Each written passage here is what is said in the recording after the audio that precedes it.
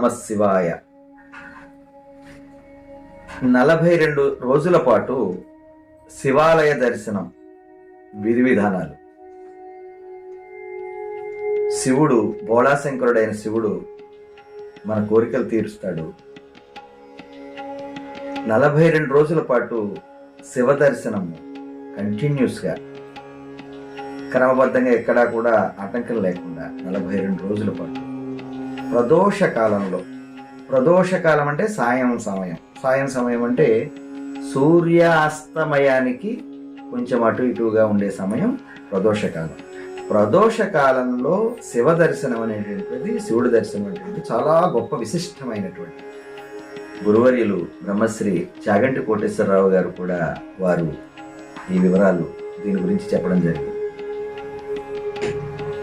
42 రోజుల పాటు మనము దీక్షగా ఈ శివ దర్శనం చేసుకునేటటువంటి సందర్భంలో ఉదయమే లేవడం, మన విధి విధానాలకి, మన వృత్తిపరంగా ఏ విధమైన ఆటంకాలు లేకుండా మనం శుచిగా శుభ్రంగా ఉండి కొన్ని నియమాలు, మాంసాహారము, మద్యపానము, ధూమపానము లాంటి ఏ విధమైన చెడు కార్యక్రమాలు చేయకుండా మంచి మాట్లాడి నిజాయితీగా ఈ 42 రోజుల పాటు, ఎందుకంటే మనం 42 రోజుల పాటు చేసేటటువంటి ఎంత మనం చిత్తశుద్ధితోటి పరిశుద్ధంగా చేస్తే దాని ఫలితం ఉంటుంది. అలాగే ఇంకోటి ఏంటంటే, ఇక్కడ కోరిక అంటే మనం ఏదైనా ఒక ధర్మబద్ధంగా మనం ఏదైనా ఇది అని అనుకుని ఇది జరగాలి అనేటటువంటి ఒక కోరికతోటి మనం శివారాధన చేస్తే, ఆ శివుడి దర్శనం ఈ రకంగా చేస్తే తప్పకుండా నెరవేరుతుంది. ఇది చేసి చూసిన వాళ్ళు చాలా మందికి ఈ ఫలితం అనుభవించినటువంటి వాళ్ళు ఆనందంగా చెప్పడం జరిగింది. మనము ఈ దీక్షని మొదలుపెట్టి 42 రోజుల పాటు ఈ శివాలయ దర్శనం దీక్షను మొదలుపెట్టినప్పుడు, ఆ రోజు ముందు రోజు రాత్రి నుంచే మనం ఏవైతే నియమాలు అనుకుంటున్నామో, ఈ ధూమ, మద్యపాన, మాంసాహారం భుజించడం ఇలాంటి వాటిని అన్నింటినీ త్యజించి మనం నిష్టగా పరిశుభ్రంగా ఉదయమే లేచి స్నానం చేసి విభూది ధారణ చాలా ఇష్టం, ప్రీతి మన శివుడికి. విభూది ధారణ చేసి ఇంట్లో మనం ఏదో దేవుని పెట్టుకుంటాం కాబట్టి ఆ దేవుడికి దండం పెట్టుకుని మనం శివాలయంలో శివలింగం దర్శనం చేసుకోవడం అనేది ఇందులో ప్రధానంగాను. అట్లాగే మనం ప్రదోషకాలంలో అని అనుకున్నాం. ప్రదోషకాలం అంటే సాయంత్రం సమయంలో సూర్యాస్తమయం సందర్భంలో ఇటుగా మనం వెళ్ళి శివాలయాన్ని దర్శనం. ఈ దర్శనం చేసుకునేటప్పుడు అక్కడికి వెళ్ళినప్పుడు ఎలాగా ఏమిటి అనేది 3 ప్రదక్షిణాలు చేయడం. 3 ప్రదక్షిణాలు అంటే నిండు గర్భిణి, 9 నెలల గర్భిణీ స్త్రీ ఏ రకంగా అడుగులో అడుగేసి నడుస్తుందో అలాగా గుడి చుట్టూరా 3 ప్రదక్షిణాలు చేయడం అనేటటువంటిది ఇందులో ప్రధానంగా చెప్పుకోదగ్గది. కారణం ఏంటంటే, అంతలా ఎందుకు చెప్తున్నామంటే, ఏదో ఫాస్ట్గా వెళ్ళి పరిగెత్తేసుకుని 3 ప్రదక్షిణాలు చేశామనేది కాకుండా, ఆ శివలింగము, ఆ ప్రతిష్ఠించినటువంటి ఆ శివాలయంలో ఉన్నటువంటి ఆ పవర్, ఆ శక్తి ఏదైతే ఉందో మనకి ప్రభావితం కావాలి అంటే ఆ రకంగా ఆ 3 ప్రదక్షిణలు చేయడంలో సైంటిఫిక్ రీజన్ ఉంది. కాబట్టి అదొకటి. తర్వాత పంచాక్షరి మంత్రం, శివ పంచాక్షరి, ఓం నమ శివాయ, నమ శివాయ 5 అక్షరాలు పంచాక్షరి అంటే. ఈ నమశివాయ అనేటటువంటిది 42 రోజుల పాటు మీరు ఏ సమయంలో అయినా ఈ పంచాక్షరి మంత్రాన్ని జపించడం ద్వారా ఈ 42 రోజుల పాటు ఎంత పవర్ఫుల్ అంటే, మీ శరీరంలో, మీ ఆరోగ్యంలో, మీ శక్తిలో, మీ ఆలోచన విధానంలో గొప్ప మార్పు వస్తుంది. అంటే శరీరం ఉత్తేజితం అవుతుంది, అన్ని అవయవాలు ఉత్తేజితం అవుతాయి. ఆ మంత్రం యొక్క పవర్ అది మనం అనుభవించవచ్చు, మనం పొందవచ్చు. మనము ఏదైతే ముందుగా ఇది జరగాలి, ఈ కోరిక నెరవేరాలి అనే ఒక దీక్షగా మనం చేపట్టాము, అప్పటి నుంచి 42 రోజుల పాటు మనము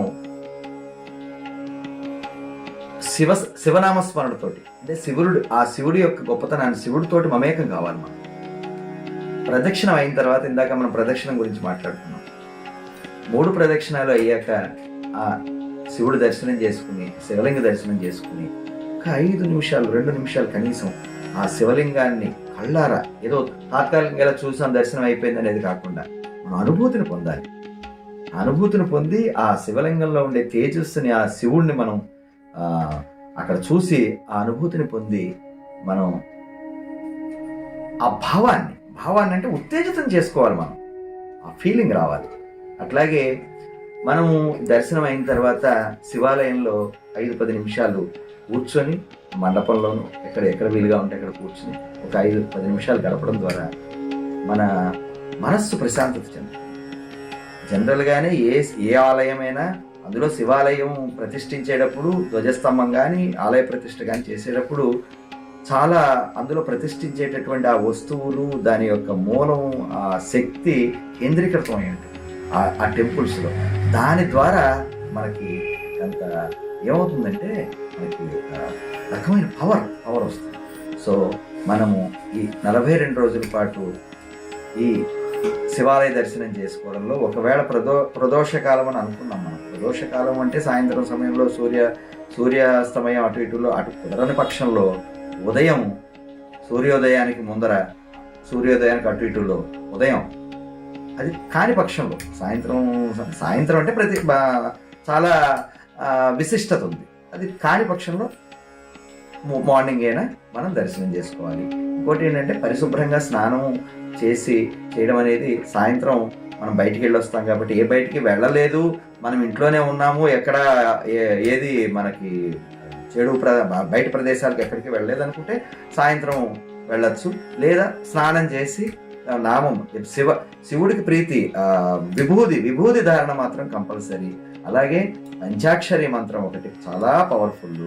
ఈ రెండింటిని యాక్చువల్లీ 42 రోజుల పాటు మనం ఈ దీక్షగా చేపట్టి ఇది చేసుకోవడం. తర్వాత ఇంకోటి ఏంటంటే, మనం ఈ దీక్ష ముగింపు కాలానికి మహాశివరాత్రి లేదా మాస శివరాత్రి అంటే శివదేవుడికి ఆ శివయ్యకి ప్రీతికరమైనటువంటి ఆ రోజున ఈ 42వ రోజు ముగింపు వచ్చి, ఆ రోజుని మనము దీక్ష ముగిస్తున్నట్టుగా మనం ఆ ముగించే రోజుని ఈ దర్శనం చేసుకునేలాగా, ఆ రోజు పవిత్రమైన దినం వచ్చేలాగా మనం చేసుకుంటే ఇంకా సంతృప్తి, మనకి ఇంకా భగవంతుడి దయ ఆశీస్సులు బాగా జరుగుతాయి అనేది ఇందులో ఉన్న విషయం. మనం ఈ శివాలయ దర్శనం చేసుకునే సమయంలో 42 రోజుల పాటు కాబట్టి, స్త్రీలకి సంబంధించి మధ్యలో బ్రేక్ వస్తుంది కాబట్టి, వారికి సంబంధించి ఒక 5 రోజుల పాటు ఇంటి పట్టునే ఉండి 6వ రోజు నుంచి స్నానం ఆచరించిన తర్వాత 6వ రోజు నుంచి కంటిన్యూస్గా మిగిలిన ఏదైతే ఉందో ఆ రోజుల్ని కంటిన్యూ చేసి 42 రోజులు పూర్తి చేయడం అనేది ఇక్కడ మనం కొంచెం గ్రహించాల్సినటువంటి విషయం. నిత్యం మనం శివాలయ దర్శనం చేసుకుని 42 రోజుల పాటు మధ్యలో ఎప్పుడూ కూడా శివుణ్ణి నాకు ఈ కోరికలు కావాలి, అవి కావాలి, ఇవి కావాలని కోరుకోవడం అనేది చేయొద్దు.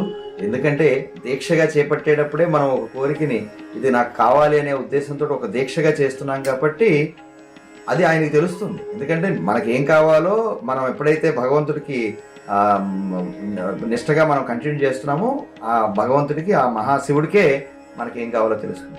మధ్యలో మాత్రం ఎప్పుడు ఇది కావాలి అనేటటువంటి అడగడం అనేది వద్దు. ఓం నమః శివాయ.